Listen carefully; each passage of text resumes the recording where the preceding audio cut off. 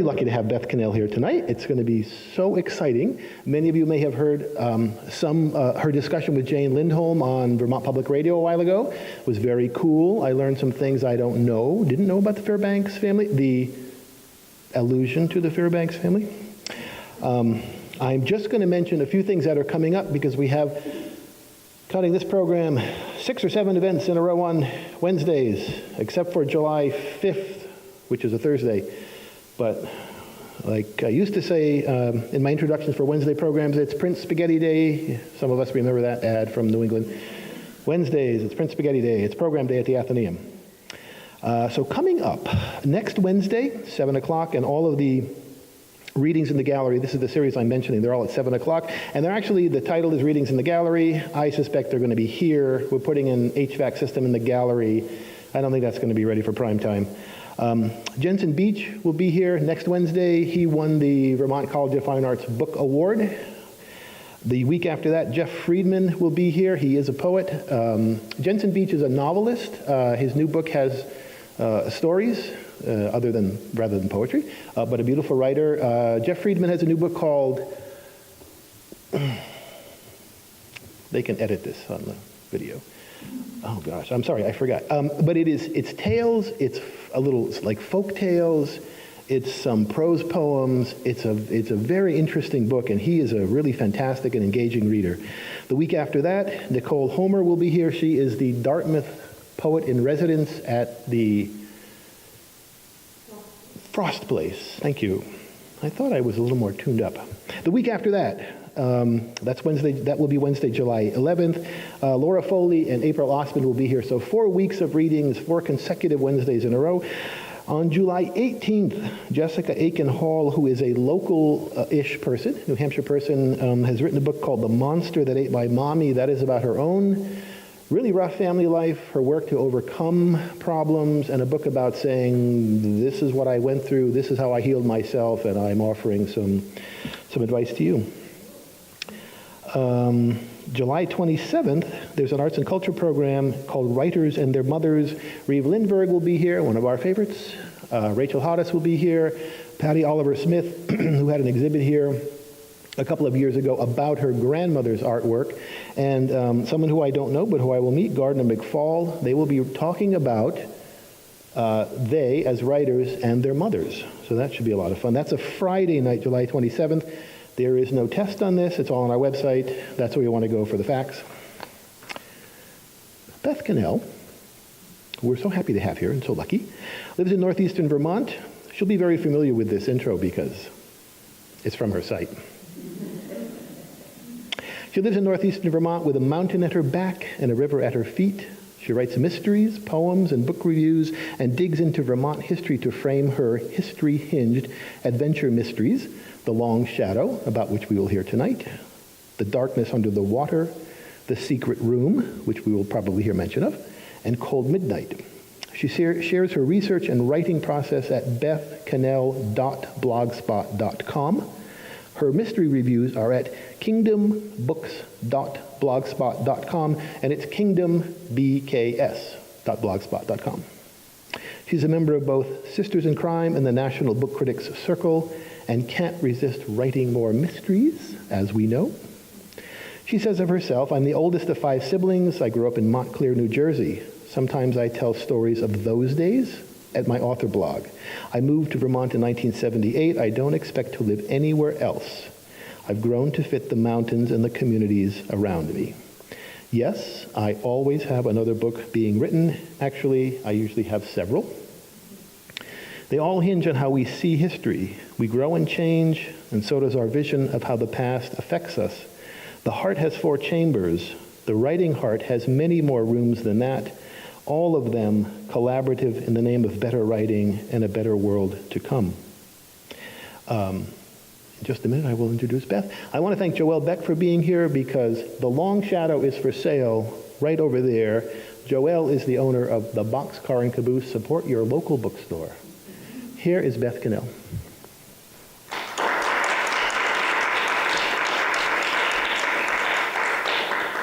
Bob, thank you for a marvelous introduction, even if you did crib a lot of it. And And some of it I'd forgotten about, so it was nice to hear it again. I started this book more years ago than I can even count now, because I wrote another book first. Here's what happened. You may or may not get the Caledonian Record, but you know it's our paper. The little details of Northeast Kingdom life, especially the Lower Kingdom, as it's now called, are in the Caledonian Record every day. So are the obituaries, so are the houses for sale. And one day I opened up my paper and saw a house ad for a place in East Burke that had an Underground Railroad hiding place in it. $40,000 extra, explained the ad, for the fact that it had an Underground Railroad hiding place. And I sat back and scratched my head and said, I don't think that makes sense. Why would East Burke have an Underground Railroad hiding place? And is it really worth $40,000? Well, it turns out I wasn't the only person wondering that sort of thing.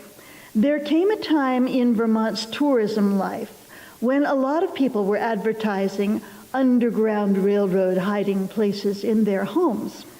And eventually, the Vermont legislature decided to investigate. They nominated a commission.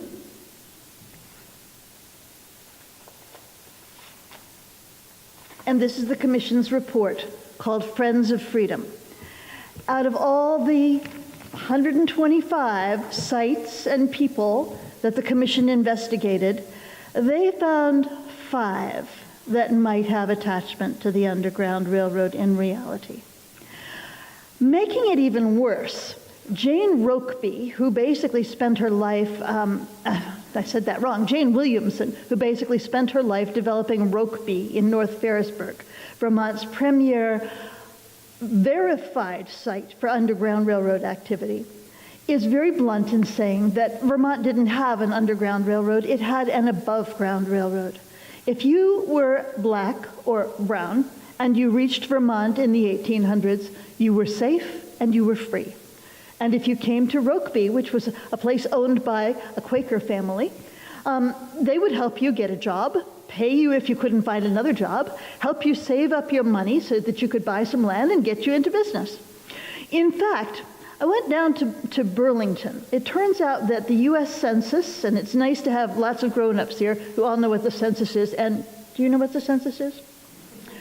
The census is something that was provided for in the U.S. Constitution, and it's for people like your dad, because Mr. Beck's a legislator. What it does is it counts the people in each area and determines from that how many people you're going to get to represent you in Congress. And because it happens every 10 years, and because Congress has a choice about what to ask when they do the census, we get information every 10 years on how many people there are, but also where they're from, how many children they have, sometimes their religions, all kinds of things have been asked with the census. So every 10 years, and we're coming up on a new census, you'll see want ads. In fact, I think there are want ads already, maybe even in the Caledonian Record. I am plugging the paper tonight. Every 10 years, people go around with clipboards and they ask their questions, and the original documents from that have to be stored someplace. They're actually really valuable documents because they give us a picture of something that we couldn't get otherwise. They are federal, they are important, and in Vermont, they're stored at the University of Vermont in the special collections. So you can go online and look for census data, and you'll get summaries of things, but if you want to see the original pages where people mark down how many people were living in a house in, say, Lower Waterford in 1850, you can go down to the University of Vermont and hold those pages in your hand. And as I started to be more and more interested in the underground or above ground railroad and its role in the Northeast Kingdom, that's exactly what I did. And what I found is on the pages for 1850 for Caledonia County, well, first of all, I should tell you that there were 700 free blacks in Vermont in 1850. A rather astonishing number to me. I didn't think about Vermont as having any black population in 1850. 13 of them were in Caledonia County. 7 of them were in Danville. Whoa, this was not what I was picturing. I mean, I was starting to get the idea that there wasn't an Underground Railroad here, but all these black people walking around, one was in Barnet. Even today, if you are black and walk through Barnet, people stop and look. I have great sympathy for and admiration for the families in Barnet today who are walking through that. So 1850 was pretty different from what I'd been thinking, and it was 10 years before the Civil War. Things were getting hot. Handout time. Take one and pass the rest along. I don't want you to miss out. You're welcome. And there'll be extras, so just leave them like that. If you look at the dark side of the page first, the darker side, you are looking at a poster. Now, audience participation, please. What year is this poster from? 1851. It hung in Boston. And what was it doing?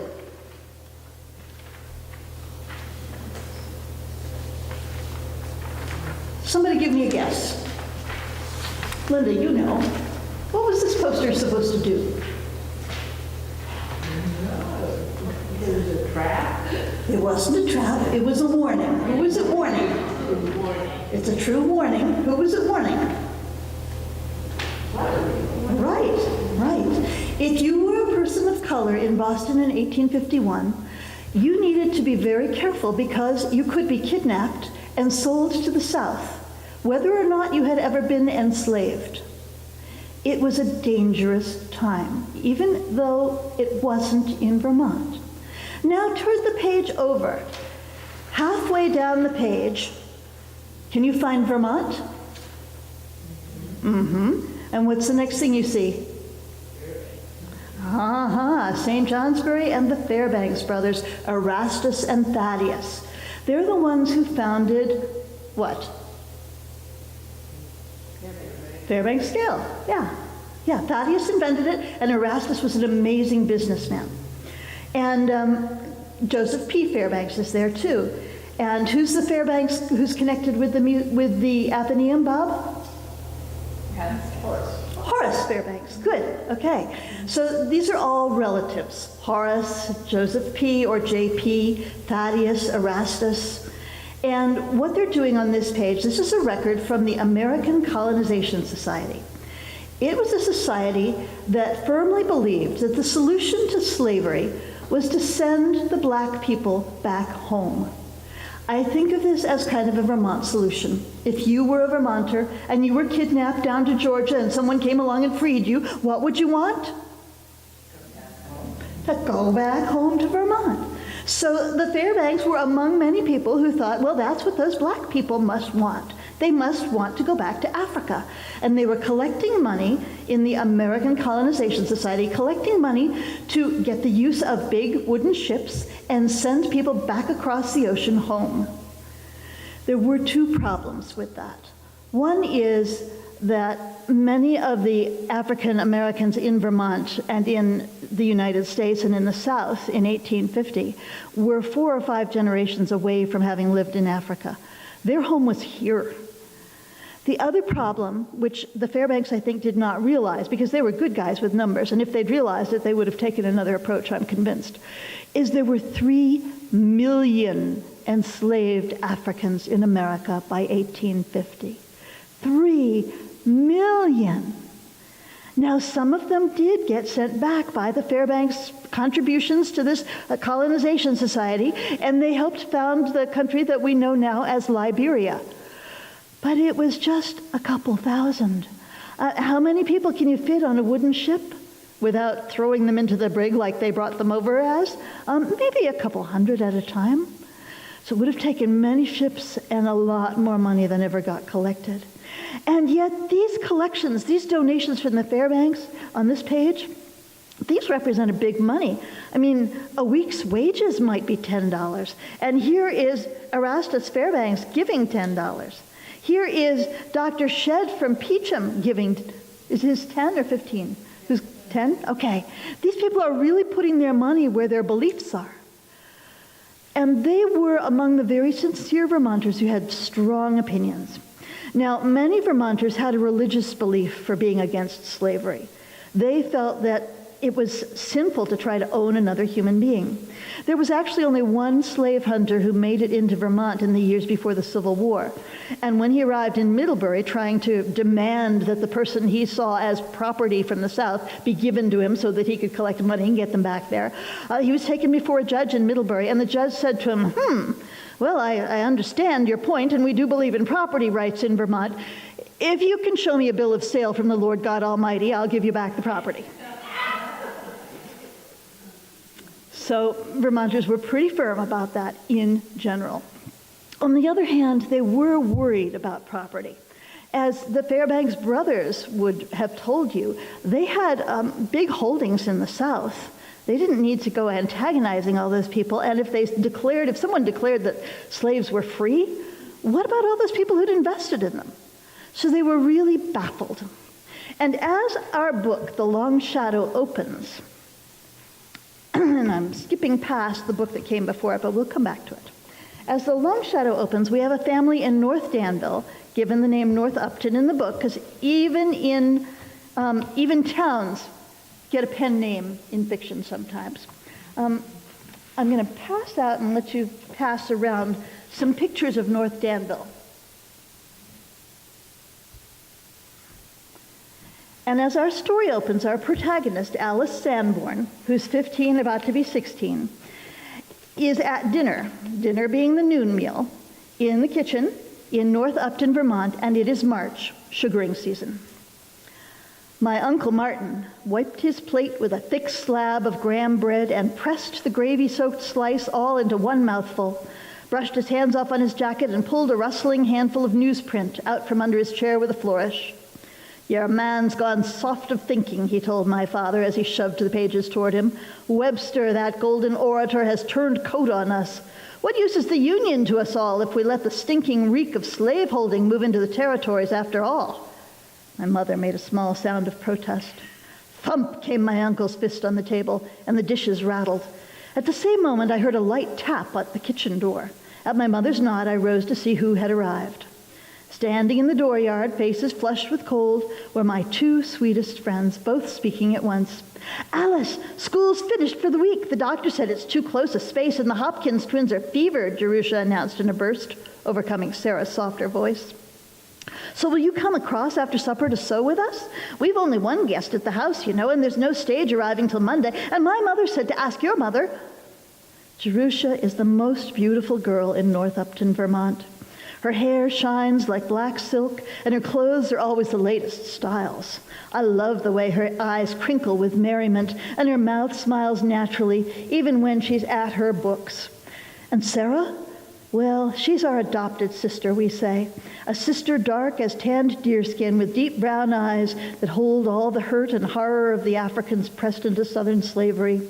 The moment we saw her, bundled off the stagecoach into the inn as a frail armful, Jerusha and I had pledged ourselves to her. Sarah's parents still lingered under the wicked South's cruel lash, but transported north, Sarah stays safe with us.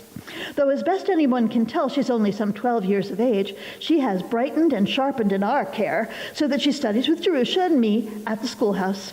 And we are both more than 15 years of age ourselves, nearly out of the schoolroom and into an age of preparing our womanly selves for the year ahead of us. I held up a hand to my friends for their patience and slipped back into the steam-fragrant house to ask my mother's permission.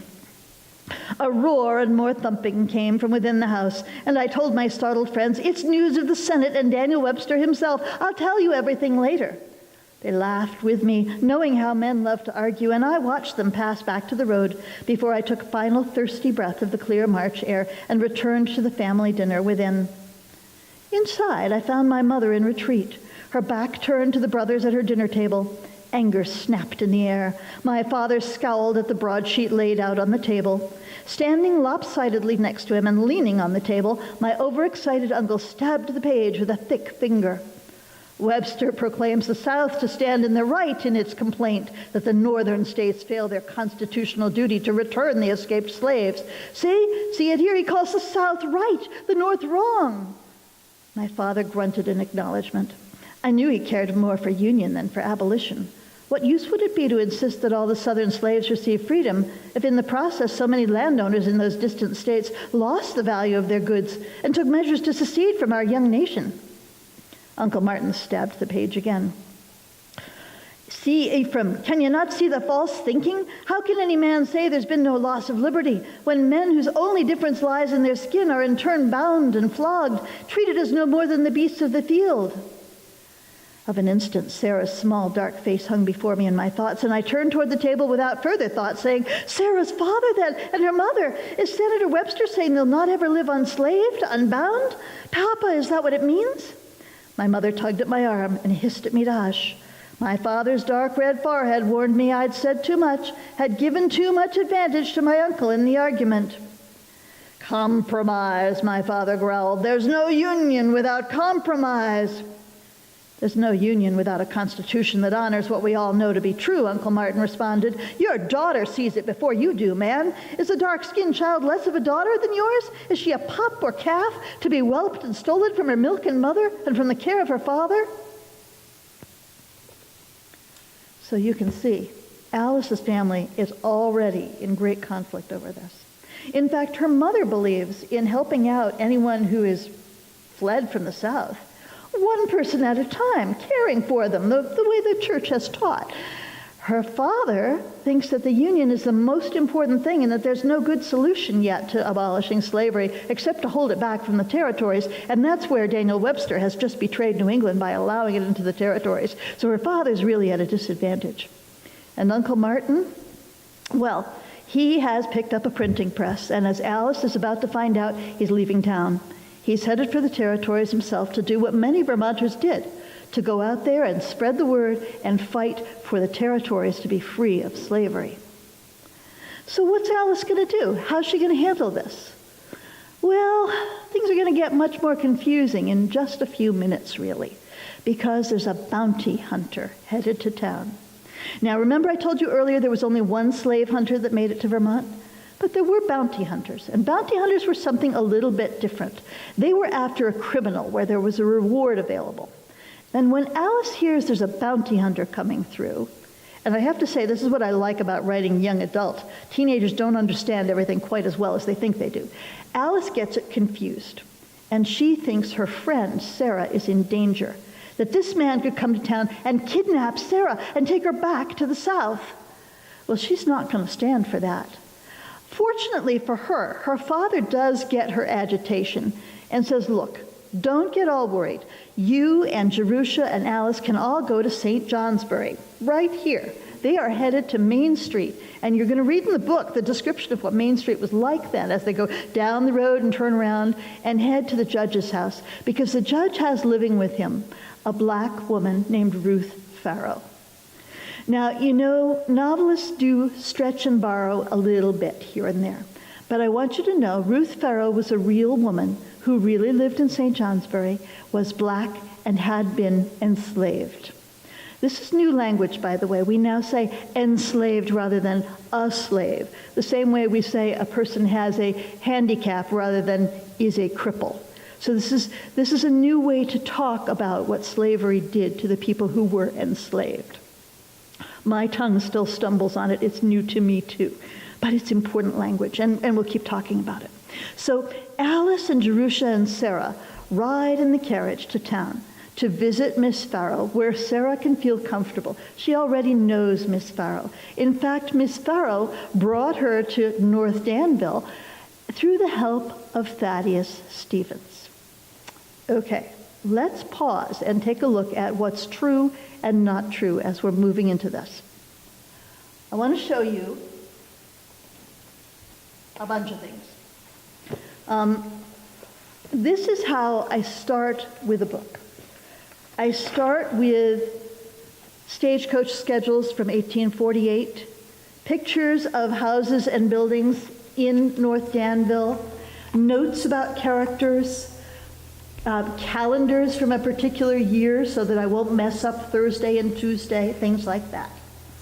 So I'll start here. But of course, being a book person, I also look at the other books that have been written. And one of the ones that's very exciting about the Underground Railroad is this book that can be found in many bookstores, and if it's in yours, Joelle, don't say so. It's called Sweet Clara and the Freedom Quilt.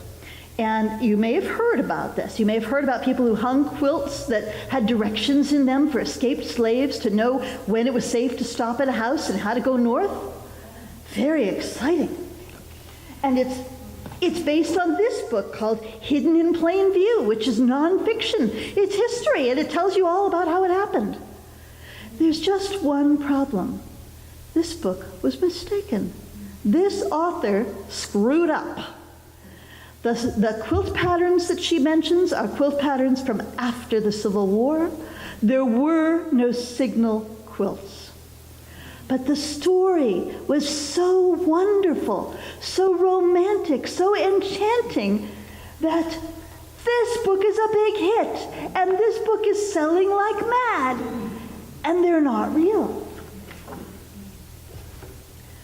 This book is almost worse, because it's all in tiny type and it looks very serious, and it's quoted by lots of people writing the Underground Railroad story. It's written by a Vermonter, Wilbur Siebert, and he went out in 1900, which is not that long after the Civil War, 35 years later, and interviewed everyone he could find who had anything to do with the Underground Railroad. And he found so many people in Vermont that were part of the Underground Railroad. They drew the lines of the routes. It looks like an interstate highway map of the state.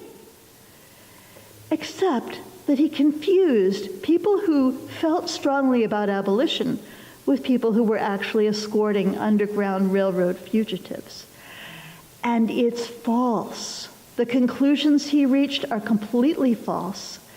In fact, the book that I showed you that was the legislative investigation figured out that maybe 35 to 37 fugitives from the South went through Vermont between 1835 and 1850.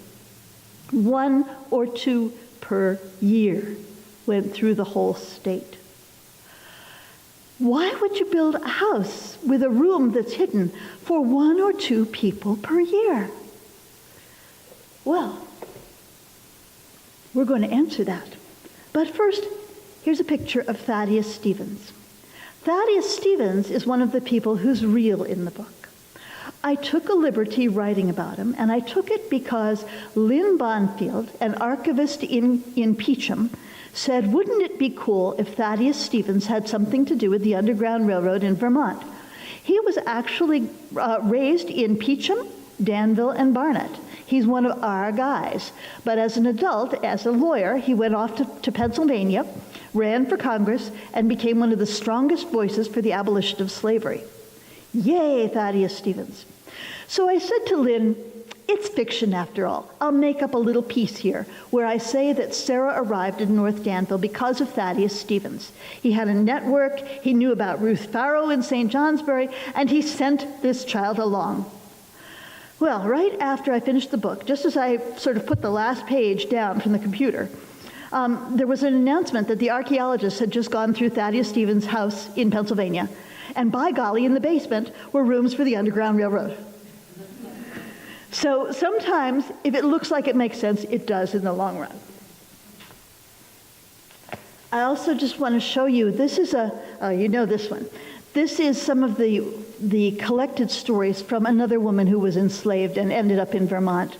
And she was interviewed at length by Jane Beck of the Vermont Folklife Center. So there were real people in Vermont who had been enslaved, but there was not an Underground Railroad. So let's circle back, and now you're getting a taste of what it's like to be writing these books. I think I know where I'm going, and then suddenly I'll realize something new, and I'll spiral back to where I had started and say, let's get some more information.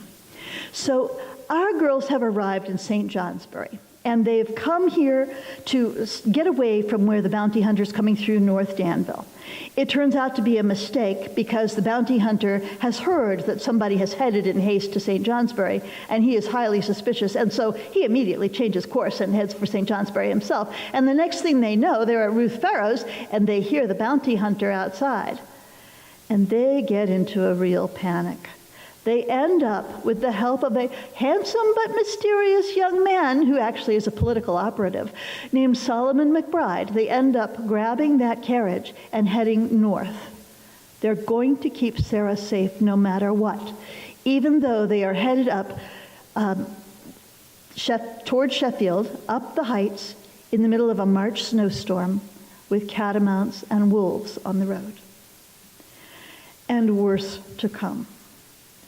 So that's part of the adventure that's going on in this book. But I want you to know that St. Johnsbury was already kind of noted, not just for raising money for the abolition of slavery or for the sending back of slaves to Africa. In fact, the Fairbanks family had been anti-slavery for a long, long time. I worked really hard today trying to find any connection at all of the earlier generations of the Fairbanks family with slavery. One reason I did that is I've already been looking at people from, say, Burlington. One of the founders of Burlington was Stephen Lawrence, and if you track his family back, you find them in Lowell, Massachusetts, with slaves. I also looked at the founding families of Waterford. Out of the 6 founding families I looked at, 3 of them, if you track them back to the time before the Revolution, are on the seacoast of the United States with slaves. So I wanted to check very carefully and see whether the Fairbanks family fit that pattern, and they don't. They were anti-slavery just about from the get-go. I did find 2 documents that had me a little bit worried, and I'll show them to you so you, again, can see what we go through trying to do this research. One is rather difficult to read, but it is a Jonathan Fairbanks who has sold a slave. And Jonathan Fairbanks was the progenitor of our Fairbanks men.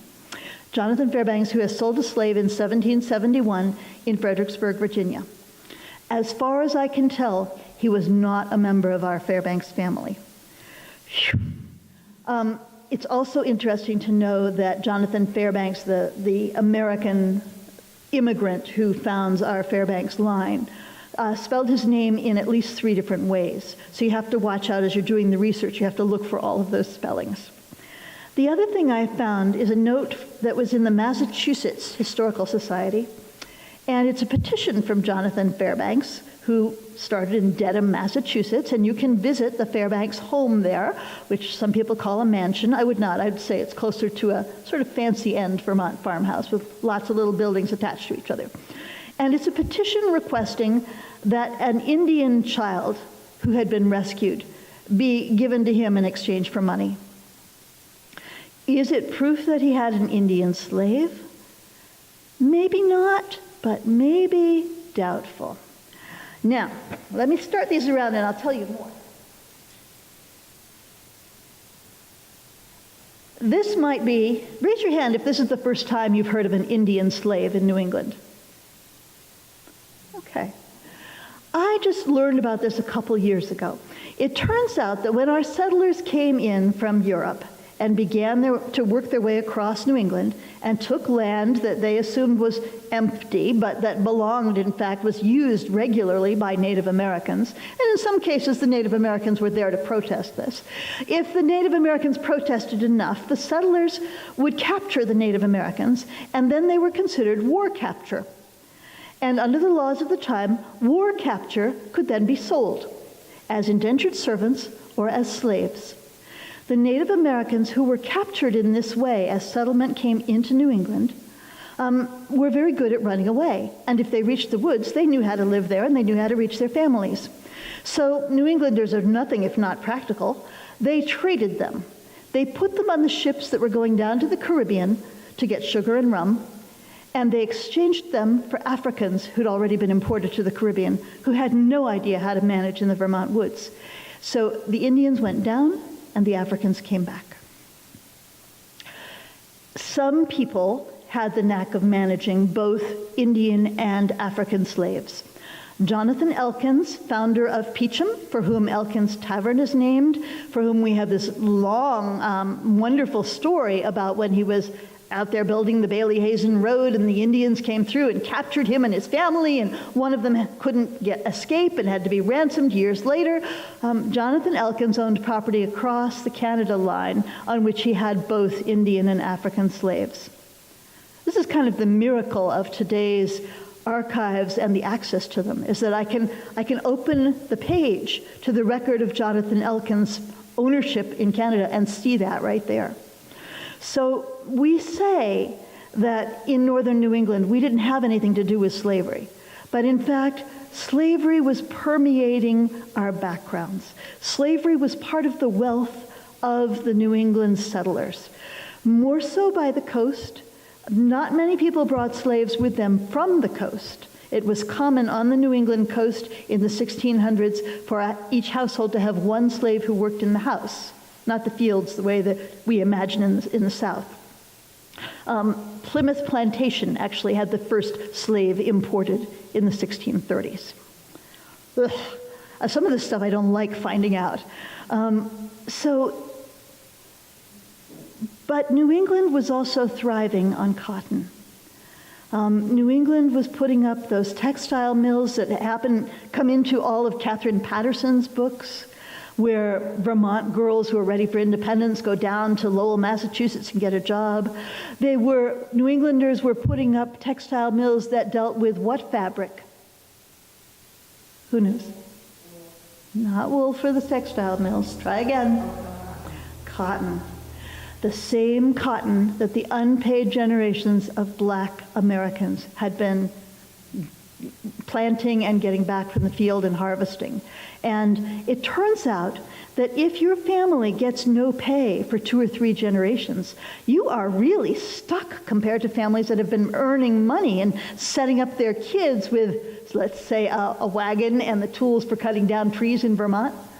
So that division of economic healthiness was already happening in the early years of the country. And it got more so the more that we had wealth, the more that we had industry.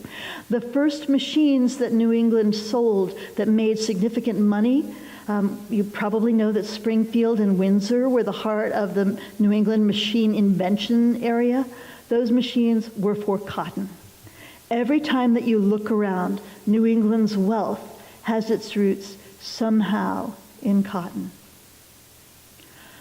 I don't like that idea, but it's an important idea to me because I'm still struggling with what I hear on the news. This thing about Black Lives Matter movement, this thing about driving while black gets you stopped by police officers, this thing about our prisons being full of many more black people proportionately, jail sentences being longer for black people. I'm trying to figure out what I'm supposed to do with that. And for my kind of writing, what I do with that is I go back to 1850 and I say, show me what the real Vermont was. And I'm going to turn it into a story that's going to have enough action and excitement to it so that especially kids, but also the rest of us who want to read a good story will say afterward, well, I know what Vermont was like. There were black people here in 1850. There were people who cared about abolition and they had all different opinions about how to achieve it. That's what Vermont was for. So I think I did not keep by me a copy of The Secret Room, but Joelle has some copies over here. The Secret Room is a story of today in North Danville, of 2 girls discovering a hidden room, just like that house up in East Burke had, and wondering what it was, having the project sort of taken from them by the adults in the house who want it very much to be Underground Railroad and have the town make money from it and bring in the college to film it. And WCAX will be here at any minute because we have an Underground Railroad room.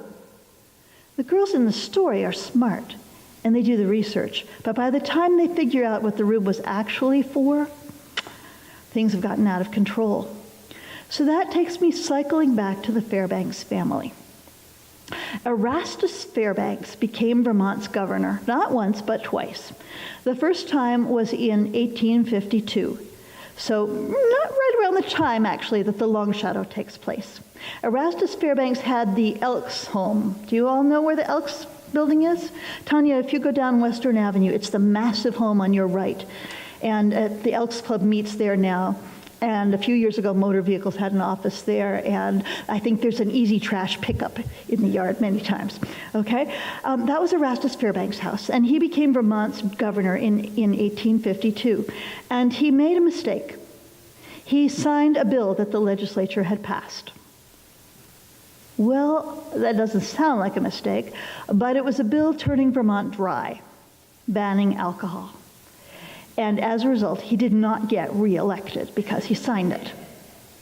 However, the bill stayed in place until 1902. So Vermont was dry from 1852 to 1902, 50 years, 2 generations.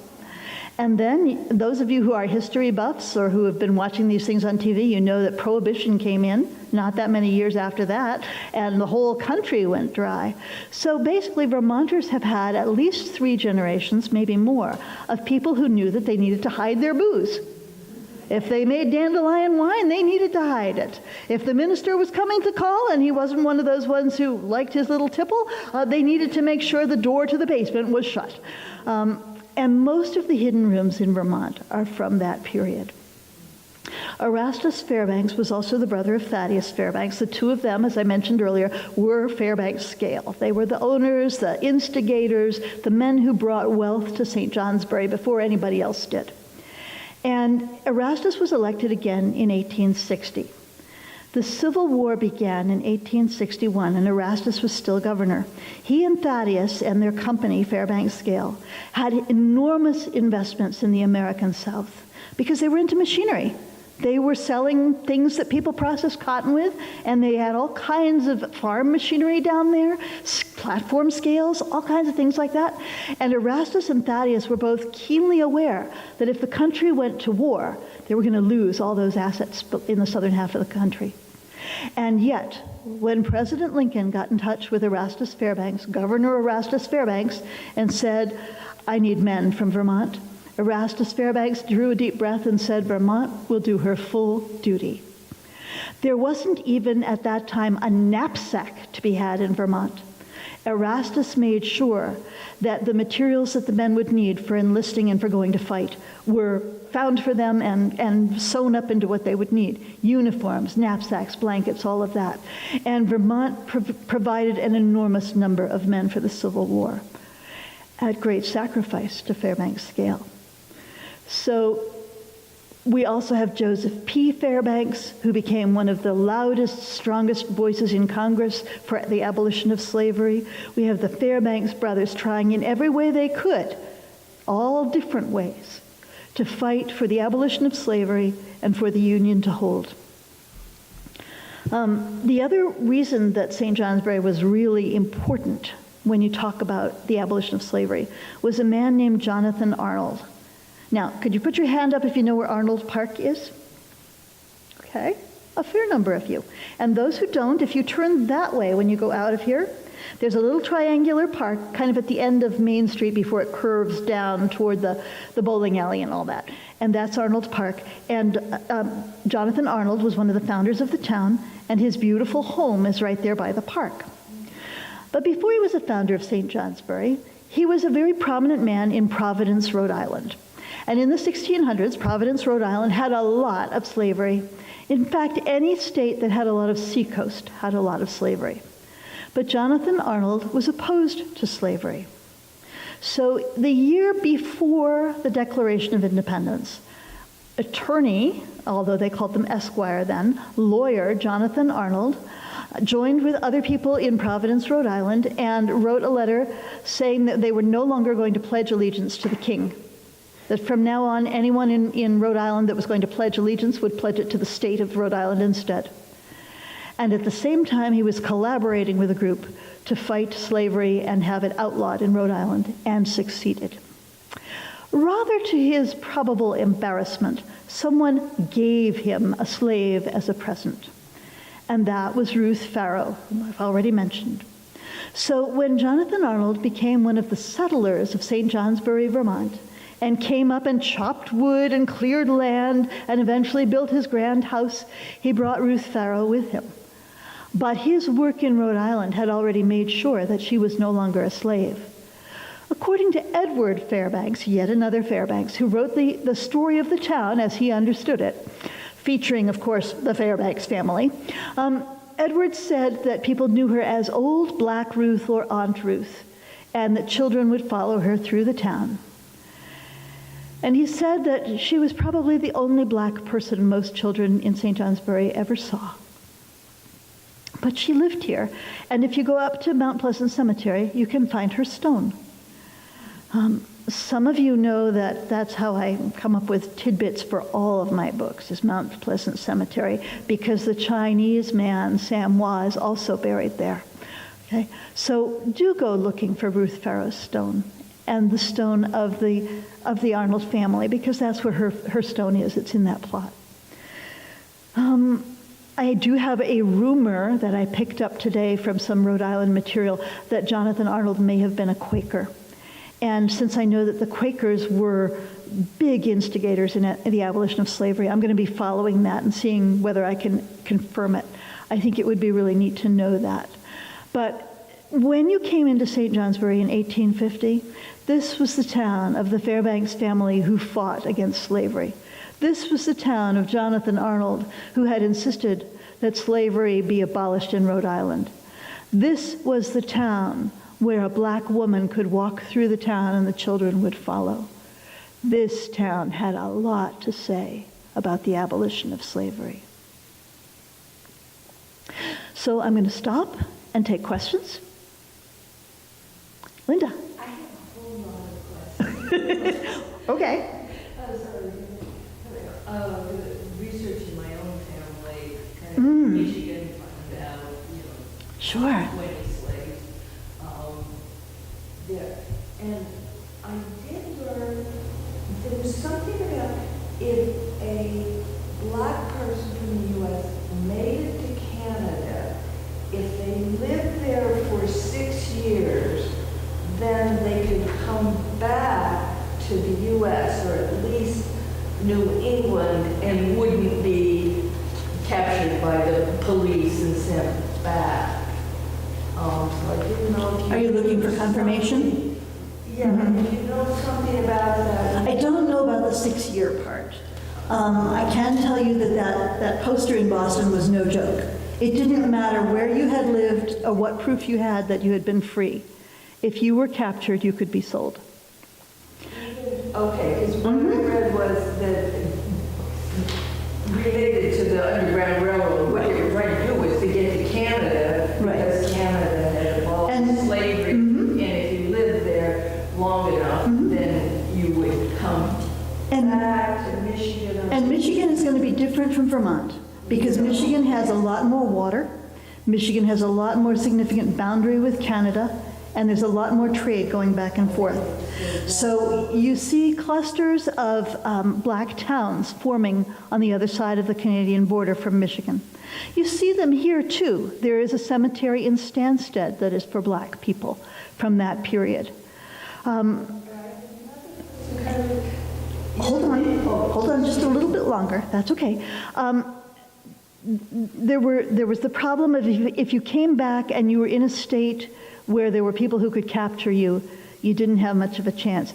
Michigan is closer to the territories, and that's what makes Michigan a safer area. Remember that the people were fighting to have the new territories admitted as non-slaveholding. So the more that you're in those northern states and closer to the territories, the more safety there was. Well, our ancestors had 20 slaves. Okay. So one other point that I want you all to know about Canada, because we all think of, oh, those people were all headed to Canada and that's why they came through Vermont. Canada was a slave territory until 1834.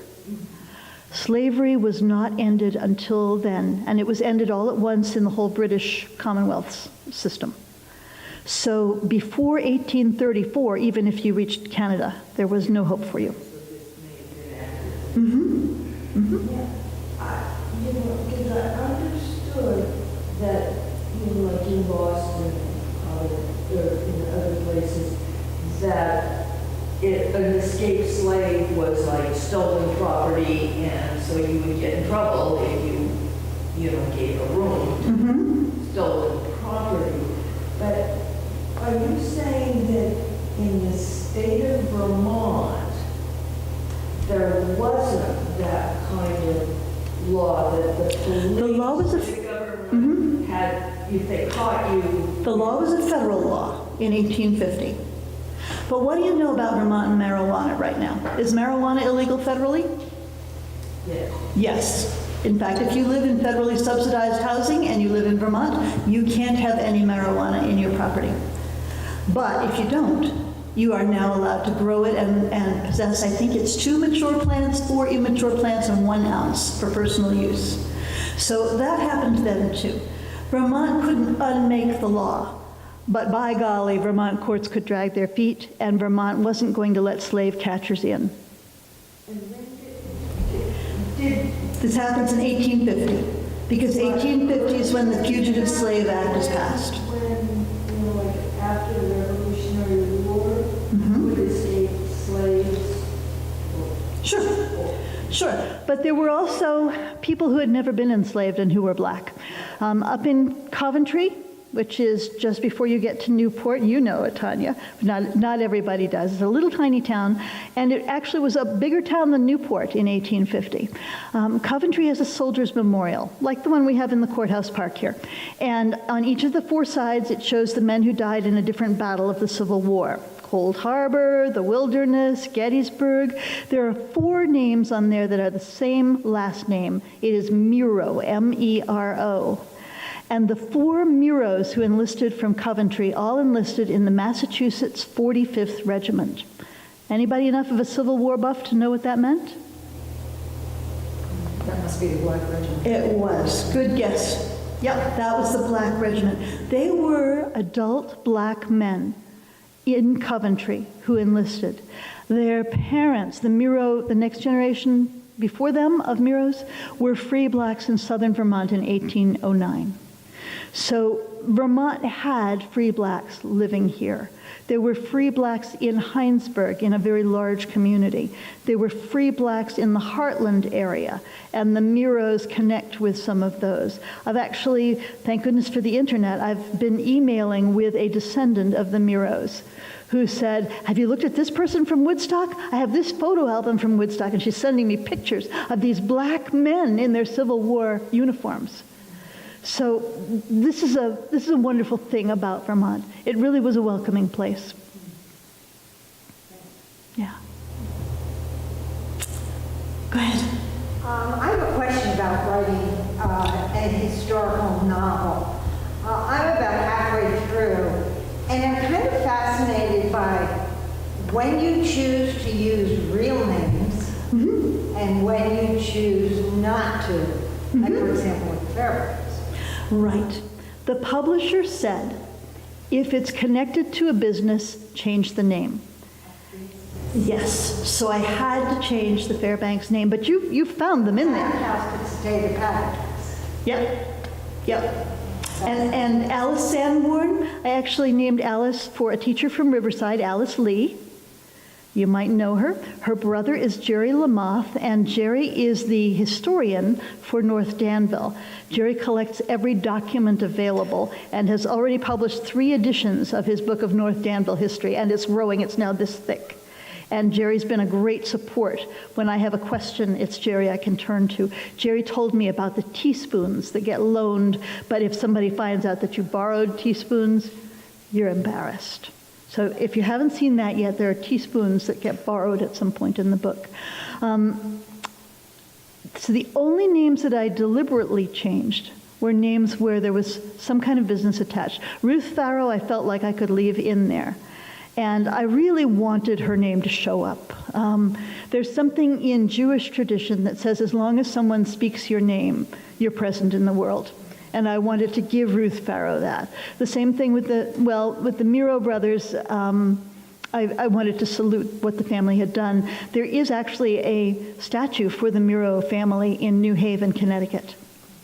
They, as far as I can tell, the young men could not find black wives in Vermont. So the family, 2 brothers stayed for a while after the Civil War and were barbers in the Derby area. And the others went down to Worcester, Mass., and eventually the others followed them. So that's where they found their brides and went on to have families. And of course, the Sanborn name is one that you share. That's right. So, Yep. So I wanted to put a little sense of myself in there. My mother's a direct descendant of the Sanborn family, and just about all of the Sanborns, in fact, all that I've found so far. The Sanborns are all connected. So they connect back to a set of brothers who were founders of Sanbornville and Sanbornton, New Hampshire. Yeah. Yes. My mother was Llewellyn Sanborn, who was Alice Sanborn's sister. Nice. Yeah, and Alice Lake is named after her. Oh, I love that. Thanks. Yeah, but Alice Sanborn was a foster child. Right, there was a real Alice Sanborn. They legally adopt her, but they her name and her first grave is in Danville Cemetery, and she was Alice Sanborn. Jerry just mentioned that to me last month. Yep. Yeah. Nice. If I had known there was a real Alice Sanborn, I might have hesitated, but I'd also written... Oh, my mother would be so pleased. Oh, good. The first novel, historical novel that I had published was The Darkness Under the Water, which is set during the Vermont Eugenics Project, and it's in Waterford. And I started actually there. I used the last name Ballou. And at the time, that was a teacher in the St. Johnsbury school. She changed her name later. She went through family changes. But I kind of wanted to salute her, so I tucked it in there, and it fit perfectly. So I'll keep doing that. You can watch for it. Yeah. Beth. Yeah, a couple comments from down in Orange County. Aha. One is that Sanborn is a prominent name in Chelsea, Vermont. Mm-hmm. It is. And the other one is that when I worked at the Herald of Randolph, where they have bound editions of the paper since whenever it started in the 19th century, just in case this might be of interest to you as a topic, I chanced to read, and I don't know which year it was, whether it was in the 1890s or in the 1900s, that the age of consent for young women had just been changed by the legislature from 10 years old to 14. That's right. That's right. It's kind of a shock, isn't it?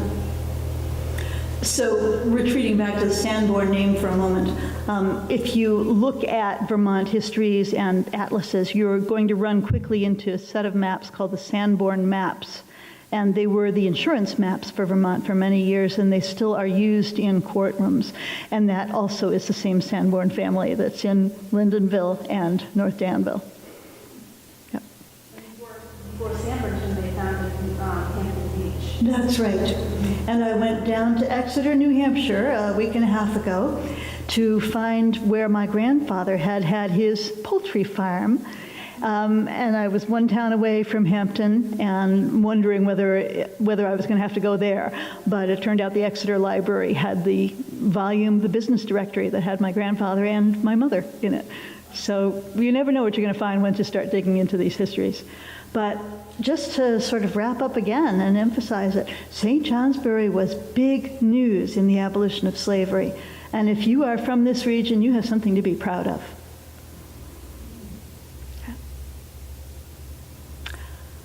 So, shall we give Joelle a chance to show you the copies of the new book, The Long Shadow? And it's The Long Shadow of Slavery, by the way. Yeah.